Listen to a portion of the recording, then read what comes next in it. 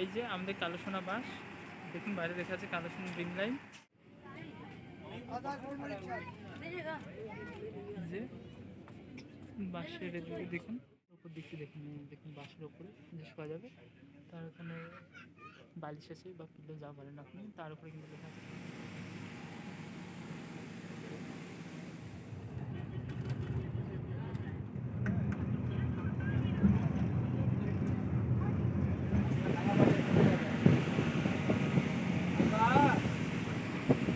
এই যে সামনে দাঁড়িয়ে আছে আমাদের বাস কালোসোনা ড্রিম লাইন। দেখুন এখানে বাসের মধ্যে ওয়াইফাই আছে, সিসিটিভি আছে, ঘুমানোর জায়গা আছে, চার্জিং।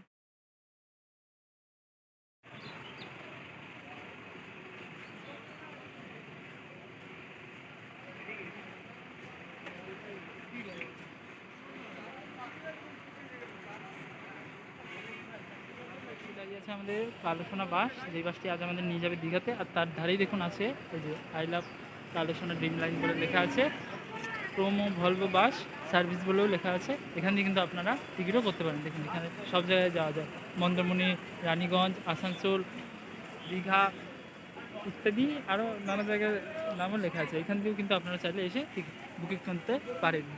এই যে আমাদের কালোসোনা বাস, দেখুন বাইরে লেখা আছে কালোসোনা ড্রিম লাইন। আর এখানে যা যা পাওয়া যায়, ওয়াইফাই, সিসিটিভি ক্যামেরা আছে, এসি, ঘুমানোর জায়গাও আছে, চার্জিং পয়েন্টও আছে, আর বসার সিটও আছে। আর এটা হচ্ছে ওনাদের ওয়েবসাইট www.kalosonabus.com। আর এই বাসটির চলুন এবার ভেতরের দিকে যাই, এবার ভেতরের দিকে রিভিউ আপনাদের সামনে তুলে ধরছি। তো চলুন যাওয়া যাক ভেতরের দিকে। যে চলুন এবার বাসের ভেতর দিকে যাই, ভেতর দিকে যাই এখন আমরা।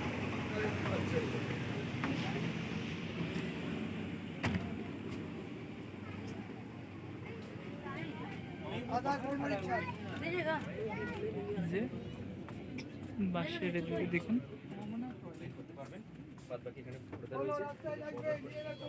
এই যে বাসটির দেখুন এদিকে এক একটা করে সিট, আর এদিকে কিন্তু আছে দুটো করে সিট, আর ওপরেও কিন্তু জায়গা আছে শোয়ার।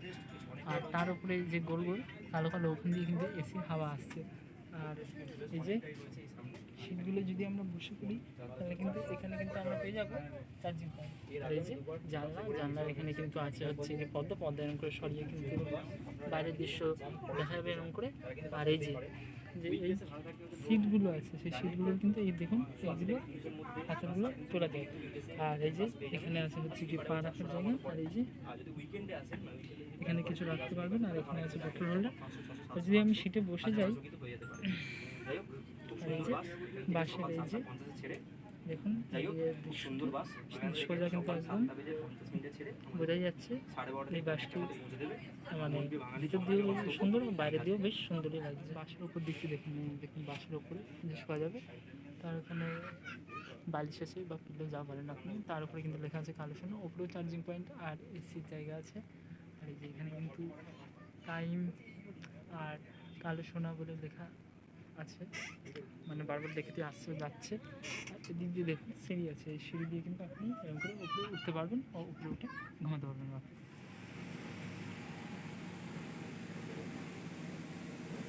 ঘড়িতে সময় সকাল 7:57, আর বাস কিন্তু ছেড়ে দিল একদম কলকাতার প্রাণকেন্দ্র ধর্মতলা বাস স্ট্যান্ড থেকে।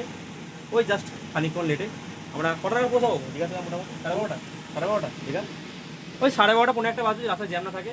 12:30 পৌনে 11টার মধ্যে কিন্তু 12:30 পৌনে 1টার মধ্যে কিন্তু আমরা পৌঁছে যাবো কোন প্রেমিক বাঙালির জনপ্রিয় গন্তব্য দীঘাতে।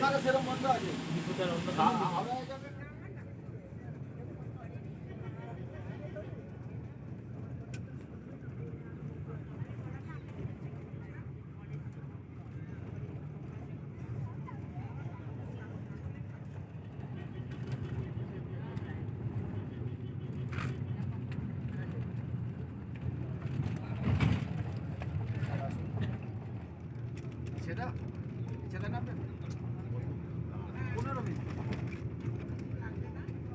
রাখবো দেখে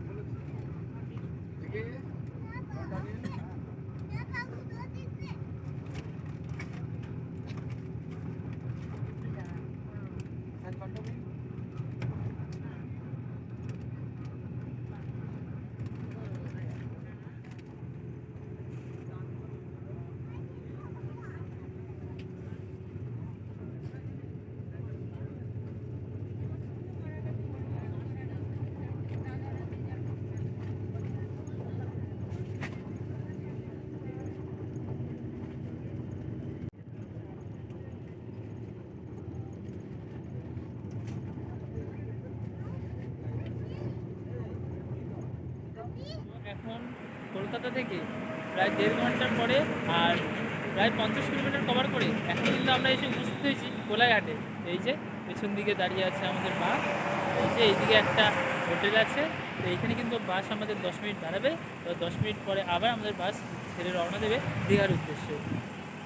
আমাদের কালো সোনা বাস কিন্তু ছেড়ে দিল কোলাঘাট থেকে, সে কিন্তু এগিয়ে যাচ্ছে তার গন্তব্যস্থান দীঘার উদ্দেশ্যে।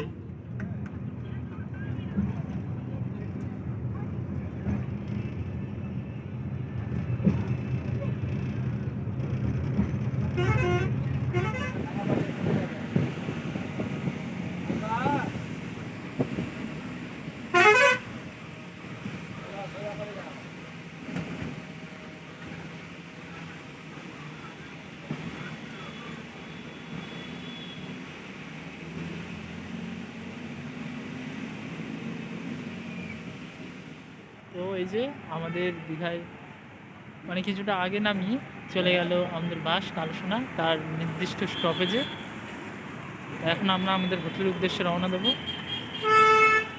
তো কলকাতা থেকে দীঘা আসতে কিন্তু আমাদের 4.5 ঘন্টা সময় লাগবে। আবার আমরা কিন্তু নিউ দীঘায় গেলাম না, কারণ কি আমাদের ওল্ড দীঘায় একটি নতুন হোটেলের সন্ধান আপনাদের দেবো। তো তার জন্য কিন্তু আমরা ওল্ড দীঘাতেই নেমে গেলাম। তো আমরা কিন্তু একদম স্টপেজে গেলাম না, কারণ কি আমরা যেখানে নেমেছি সেখান দিয়ে আমাদের হোটেল কাছে পড়বে, তার জন্য আমরা এখানে নেমে গেছি। আর একদম মেন রাস্তা দিয়ে সোজা একটা রাস্তা, যেটা মানে আপনাদের দেখাচ্ছি দেখুন, এই যে আমার পেছন দিকে যেই রাস্তা দেখতে পাচ্ছেন এটি হচ্ছে একটি গলির মতন রাস্তা। তো এখন আমরা হোটেলের দিকে যাচ্ছি, তো চলুন সেদিকে গিয়ে আবার আপনাদের সাথে কথা হচ্ছে। চলুন যাওয়া যাক। তো এখন আমরা সোজা এই রাস্তা দিয়ে আসলাম, আর এখান দিয়ে এসেই এই হোটেলটা আপনাদেরও এর আগেও দেখিয়েছি, দেখুন হোটেলটা রত্নদ্বীপ হোটেল। আর সামনে এর আগেও দেখেছিলাম যে এরকম অনেক বড় বড় গাছ আছে, কী গাছ সেগুলো জানি না, এরকম গাছ সমুদ্রের পাড়েই আমি দেখেছি। এই হোটেলের পেছন দিকে একটা রাস্তা আছে, সেখান দিয়েও কিন্তু হোটেল যাওয়া যায়। এই যে হোটেল রত্নদ্বীপ, চলুন এবার ভেতর দিকে যাই। এখান দিয়ে উঠে এইখান দিয়ে আমাদের রুম একদম সামনেই, 303 নম্বর রুম। তো রুমের ভেতরে দেখুন বেড আছে, এই বেডটা বেশ বড়ই আছে, 3 জন ঘুমানো যাবে। এসি রুম, উপরে পাখাও আছে, লাইট আছে, একটি সুন্দর ছবি আছে, এখানে আলমারি আছে, টিভি আছে। তো আলমারিটার ভেতরে মানে আপনারা ব্যাখ্যা করে রাখতে পারেন। আর এই দিকে আছে হচ্ছে কি টয়লেট, চলুন টয়লেটটি দেখে নিই। এই যে ওয়েস্টার্ন স্টাইল টয়লেট আছে, বেসিন আছে, তার সাথে শীতকালের জন্য গিজারও লাগানো আছে। আর এদিক দিয়ে যদি সোজা যাওয়া যায়, এখানে একটি জানলার মধ্যে পর্দা লাগানো। এদিকে আরেকটি দরজা আছে, এই দরজাটি খুললে আমরা পেয়ে যাবো একটি ছোট্ট ব্যালকনি। এখান দিয়ে বাইরের ভিউ দেখা যাবে, সি ভিউ নয়, মানে এমনি রাস্তার ভিউ। এই যে এই আছে এই হোটেল। আগেবার যখন আমরা এই হোটেলে এসেছিলাম তখন কিন্তু আমরা 4 তলা হোটেলে ছিলাম, আর অনেকদিন আগে এসেছিলাম, আবার অনেকদিন পরে এই হোটেলে আসলাম। আর এই হোটেলে কিন্তু আমরা এবার আছি 303 নম্বর রুমে। আর এই হোটেল এই ঘরটিও কিন্তু আগের ঘরের মতো ঠিকঠাকই, খারাপ নয়।